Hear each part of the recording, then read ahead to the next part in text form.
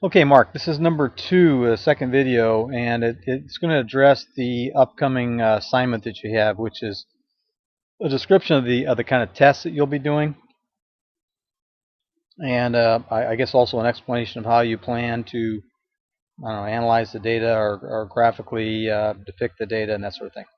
Um, be, before I touch on this, I got to introduce a couple other topics, um, and that is the it's kind of the baseball side of this. And so let me kind of introduce it here in this video, and then I'll address the actual assignment in the next one. So again, what we're focusing on is the performance of a starting pitcher who travels the day before to a new city and then pitches on that following day. And the idea here is that there's at least a some notion that perhaps the travel might affect the pitcher's performance, where if he had an extra day of travel or if he had arrived on a day earlier to adjust to the new city, that perhaps he would pitch better if he had that extra time. And you remember the introduction where why that's important and all that jazz.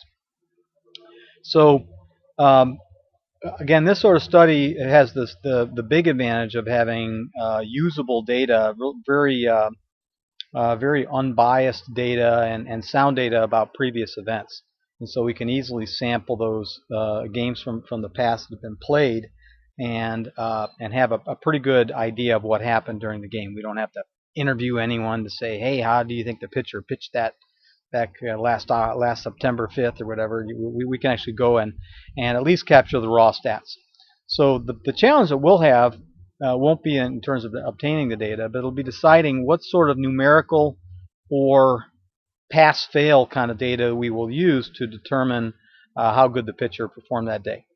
And I think in the actual report we do, there'll be a number of studies that we refer to, or a number of I shouldn't say studies, but a number of references that are available online where people have actually studied this. It's a big deal. People that are into baseball use baseball statistics and actually study baseball statistics um, uh, extensively. So, but I'm going to boil this down into, I think we have three main, well, three or four, I should say, main ways that we can capture a numerical depiction or in a couple of places a pass-fail depiction of how a pitcher performed on any given game.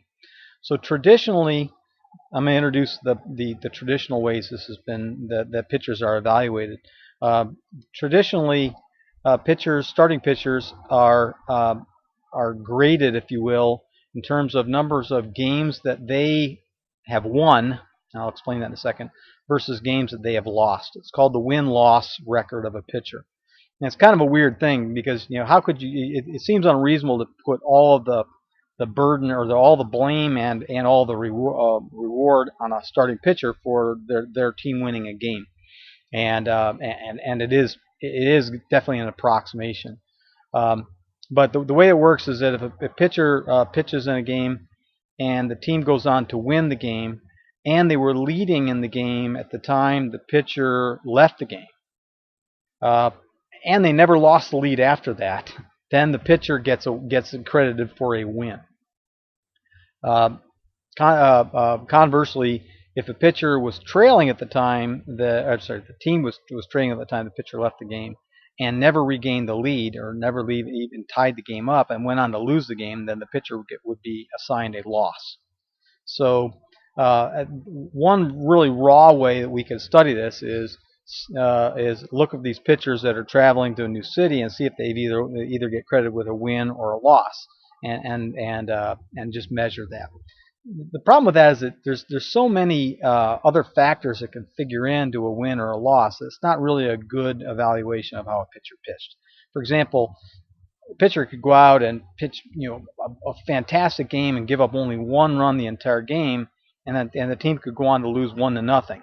Well, so that's not really the pitcher's fault. I mean, your team scored 0 runs, so how could you feel feel that a loss would be would correctly reflect the performance of the pitcher on that day. The same kind of thing can happen if they were to win a game 10-9 or something like that. They gave up 9 runs but still got a win. Yeah, it's kind of weird. So win loss is not a very good a good evaluation. I don't think. I'm going to stop it here and start a new one.